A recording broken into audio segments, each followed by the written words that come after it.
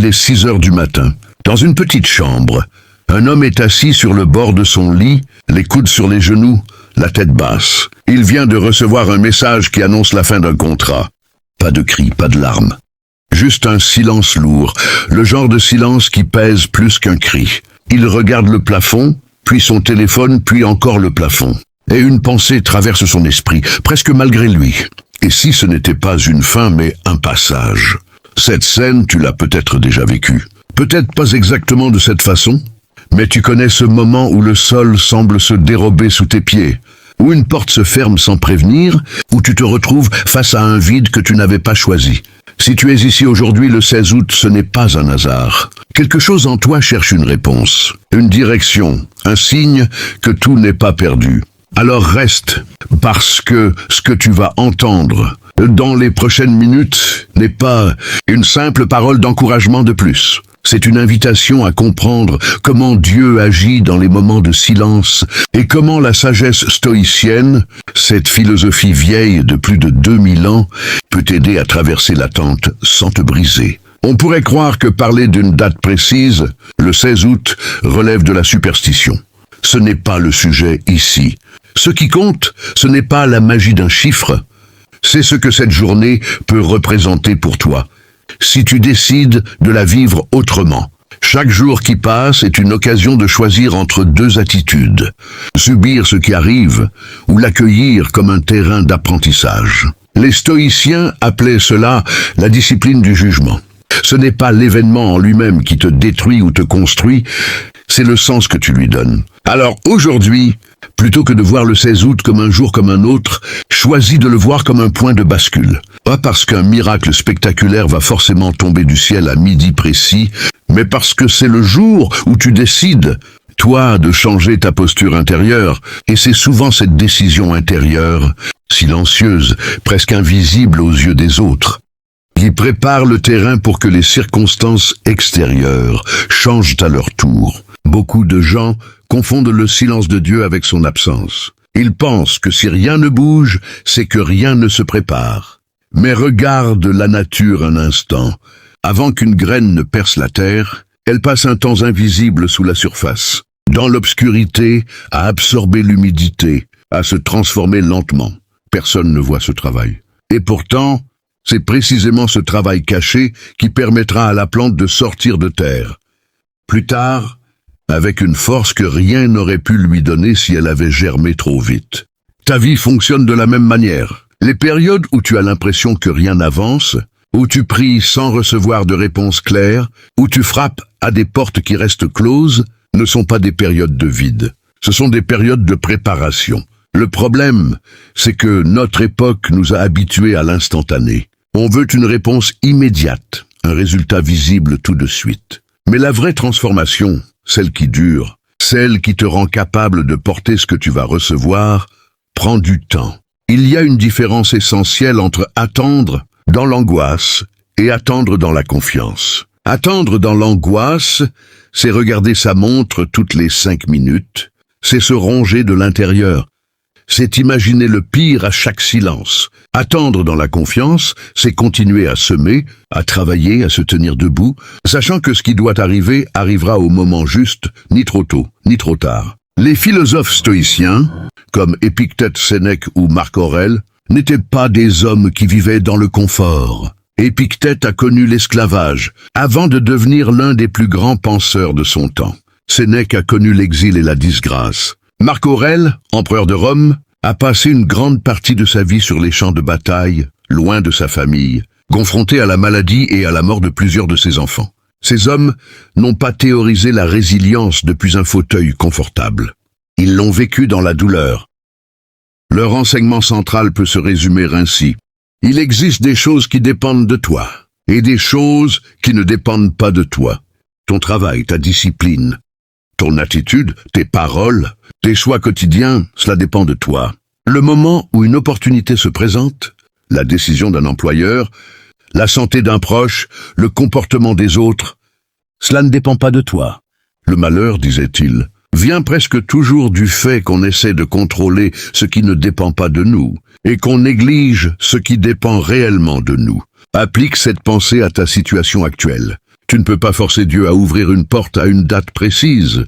Tu ne peux pas contrôler le cœur d'un recruteur, la décision d'une banque, le retour d'une personne que tu attends. Mais tu peux contrôler la façon dont tu utilises ton temps aujourd'hui. Tu peux contrôler si tu passes ta journée à te plaindre ou à te préparer. Tu peux contrôler la qualité de ta prière, la sincérité de ton travail, la discipline de tes habitudes. Et c'est précisément cette part que Dieu regarde, bien plus que le résultat visible. Il y a plusieurs années, un homme que nous appellerons Samuel traversait une période extrêmement difficile. Il avait perdu son emploi après 15 ans de loyaux services. Sa femme et lui avaient 2 enfants à charge, et les économies fondaient mois après mois. Samuel avait toujours été un homme de foi. Mais cette épreuve ébranlait quelque chose de profond en lui. Il priait, mais il avait l'impression de parler dans le vide. Un jour, un ami lui a partagé une phrase simple, presque banale en apparence, mais qui a changé sa façon de vivre l'attente. Fais ce qui dépend de toi, et laisse à Dieu ce qui ne dépend pas de toi. Samuel a d'abord trouvé cette phrase trop simple pour sa douleur, mais il a décidé de l'appliquer, faute de mieux. Chaque matin, il se levait à la même heure que lorsqu'il travaillait. Il s'habillait comme s'il allait au bureau.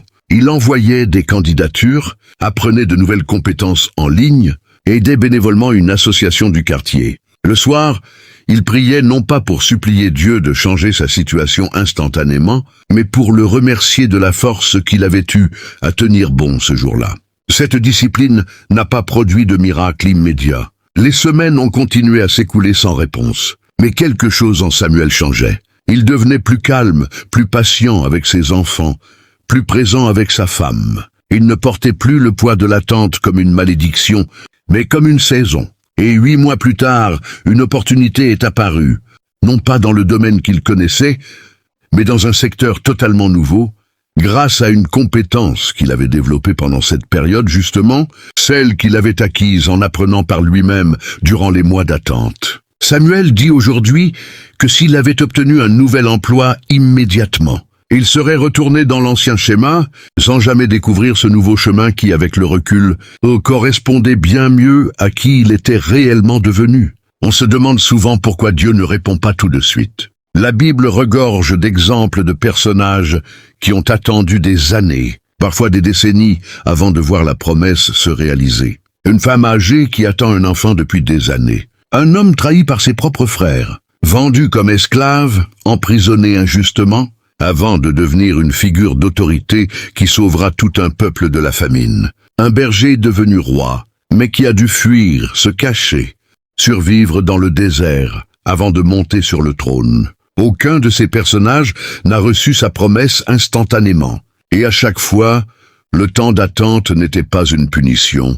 C'était une préparation, ce qui aurait détruit ces personnes si elles avaient reçu leur bénédiction trop tôt. C'est le manque de maturité, de caractère, de discernement pour la porter correctement. Une grande responsabilité confiée à une personne. Non préparée devient souvent un fardeau, qui l'écrase plutôt qu'une bénédiction qui l'élève. Alors, si tu attends depuis longtemps, pose-toi cette question, non pas dans la culpabilité mais dans l'honnêteté. Qu'est-ce que cette période forme en moi? Est-ce que je deviens plus patient, plus reconnaissant, plus discipliné, plus capable de gérer le succès sans qu'il ne me détruise? Si la réponse est oui, alors l'attente n'est pas du temps perdu, c'est un investissement. Les stoïciens insistaient énormément sur la discipline quotidienne, sur ce qu'ils appelaient les petites vertus pratiquées chaque jour. La tempérance, le courage, la justice, la sagesse pratique. Ils considéraient que le caractère d'une personne ne se construit pas dans les grands moments spectaculaires, mais dans la répétition des petits choix quotidiens. Se lever à l'heure qu'on s'était fixée même quand on n'en a pas envie. Tenir sa parole même quand personne ne vérifie. Rester poli et digne même quand on est provoqué. Continuer à travailler avec sérieux même quand aucune récompense immédiate n'est visible. Ce genre de discipline rejoint étrangement un principe profondément spirituel. La fidélité dans les petites choses prépare à recevoir de grandes choses. Ce n'est pas une coïncidence si les grandes réussites, les grandes transformations, arrivent presque toujours à des personnes qui ont d'abord été fidèles dans l'invisible, dans l'ordinaire, dans le quotidien que personne n'applaudit. Alors la question à te poser aujourd'hui n'est pas seulement quand est-ce que Dieu va agir, mais aussi comment est-ce que je me comporte pendant que j'attends qu'il agisse. Est-ce que tu es fidèle dans le petit, dans le peu que tu as en ce moment? Ou est-ce que tu attends d'avoir plus? Pour commencer, à donner le meilleur de toi-même, un des plus grands obstacles à la paix intérieure, aussi bien selon les stoïciens que selon la sagesse spirituelle, c'est la comparaison. Tu regardes la vie des autres, leurs réussites, leurs annonces sur les réseaux sociaux, et tu te demandes pourquoi ce n'est pas encore ton tour.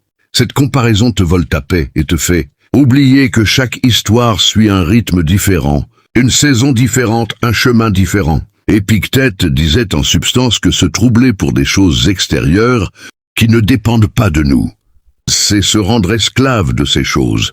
La personne qui envie constamment le chemin des autres devient prisonnière de comparaisons qu'elle ne contrôle jamais, puisqu'il y aura toujours quelqu'un qui semble avancer plus vite. La vraie liberté commence quand tu détournes ton regard du chemin des autres pour te concentrer entièrement sur ton propre chemin, sur ce que toi tu peux faire aujourd'hui, avec ce que tu as, là où tu es. La situation, ton histoire, tes épreuves ne sont pas une erreur de fabrication.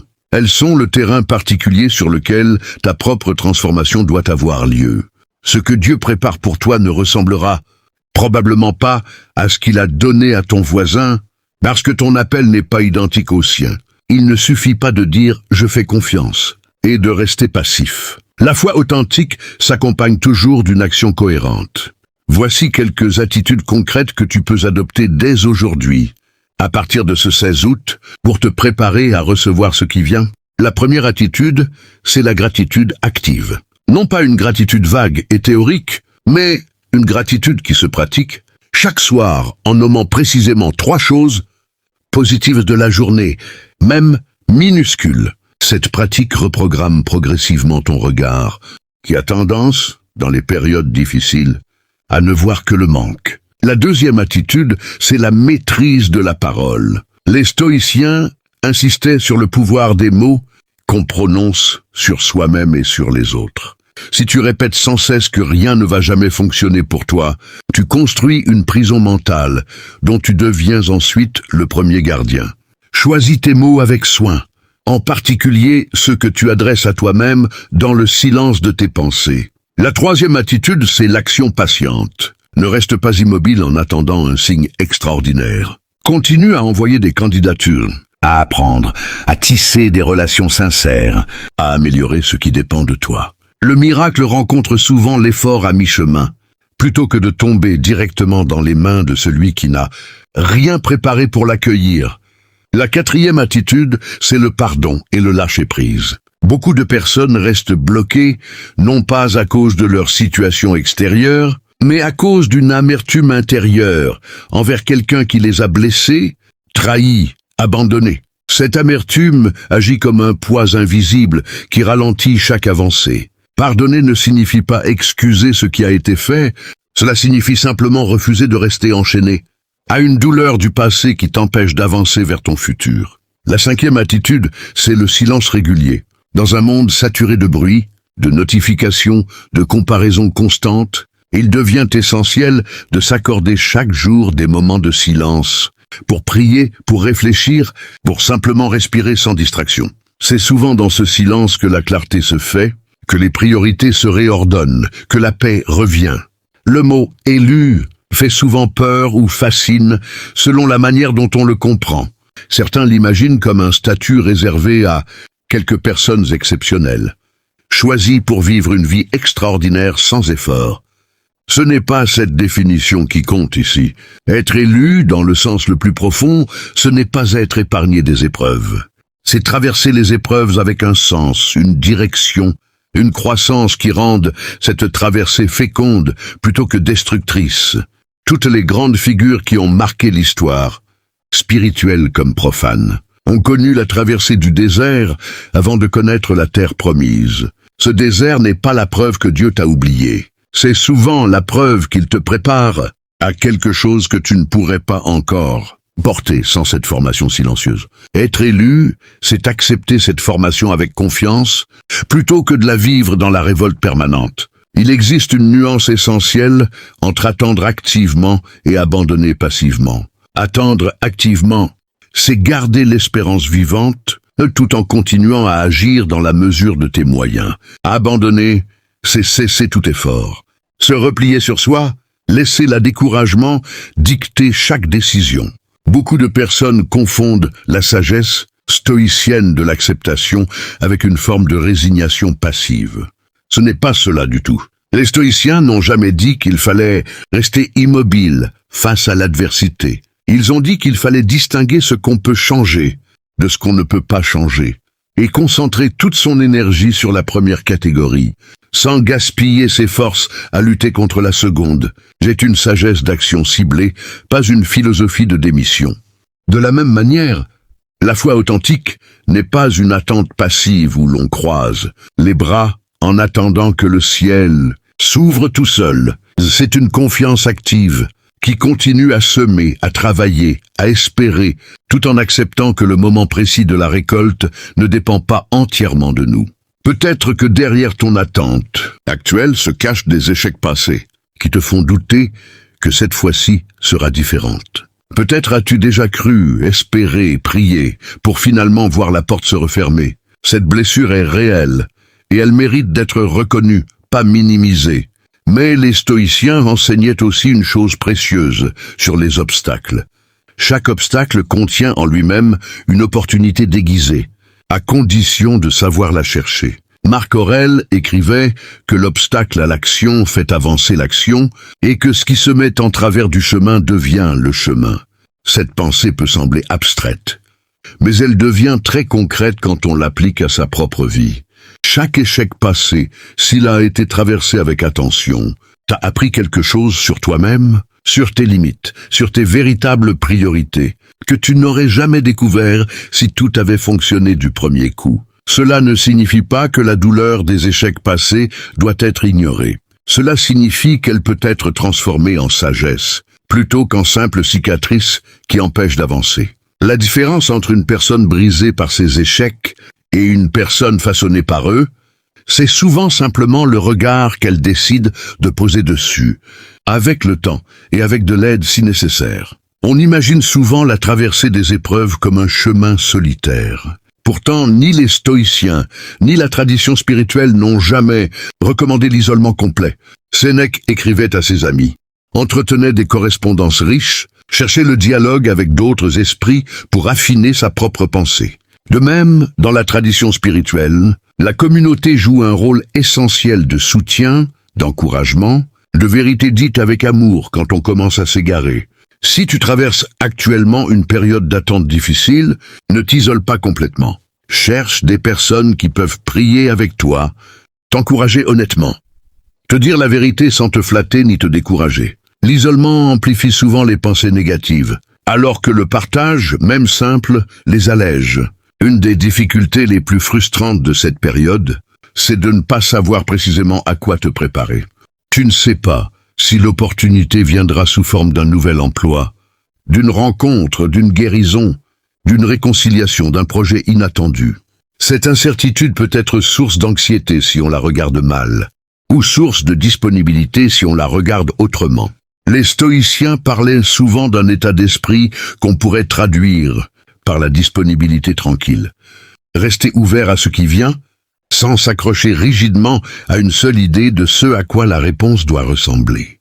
Beaucoup de personnes ratent leur ouverture parce qu'elles attendaient une forme précise et qu'elles n'ont pas reconnu la bénédiction quand elle est arrivée sous une autre forme, différente de ce qu'elles avaient imaginé. Alors reste ouvert. Ne fige pas ton attente dans une seule image. Peut-être que l'opportunité que Dieu prépare pour ce 16 août, ou pour les jours qui suivent, ne ressemblera pas du tout à ce que tu avais imaginé, et c'est peut-être justement pour cela qu'elle sera encore meilleure que ce que tu espérais. Il existe une image simple mais puissante, celle du fermier qui prie pour une bonne récolte, mais qui continue quand même à labourer. Semer, arroser et désherber son champ. Il ne se contente pas de prier en restant assis dans sa maison, en attendant que les récoltes poussent toutes seules. Il ne se contente pas non plus de travailler sans jamais lever les yeux vers le ciel avec reconnaissance et confiance. Il fait les deux, dans un équilibre naturel qui ne les oppose jamais. Cette image résume assez bien ce que ce texte essaie de te transmettre depuis le début. La foi sans les œuvres reste stérile, disait un texte ancien bien connu. Et l'action sans la foi devient souvent épuisante, anxieuse, vidée de sens. C'est l'union des deux qui produit une vie stable, féconde, capable de traverser les tempêtes sans se briser. Tu ne peux pas décider du moment exact où la porte s'ouvrira, mais tu peux décider, dès maintenant, de la façon dont tu vas vivre cette journée et les suivantes. Tu peux décider de te lever avec dignité, même si rien n'a encore changé extérieurement. Tu peux décider de continuer à donner le meilleur de toi-même dans ce que tu fais, même si personne ne semble le remarquer pour l'instant. Tu peux décider de garder ton cœur tendre plutôt que de le laisser s'endurcir par la déception. Tu peux décider de prier non pas comme un dernier recours désespéré, mais comme une conversation régulière et sincère avec celui qui connaît déjà la suite de ton histoire. Ces décisions ne garantissent pas un miracle instantané à minuit, ce soir, mais elles construisent, jour après jour, la personne capable de reconnaître l'opportunité quand elle se présentera, et capable de la porter avec sagesse une fois qu'elle sera là. Pense à un marin qui traverse une longue nuit en pleine mer, sans étoiles visibles, sans repères clairs, avec seulement le bruit des vagues et l'incertitude de la direction.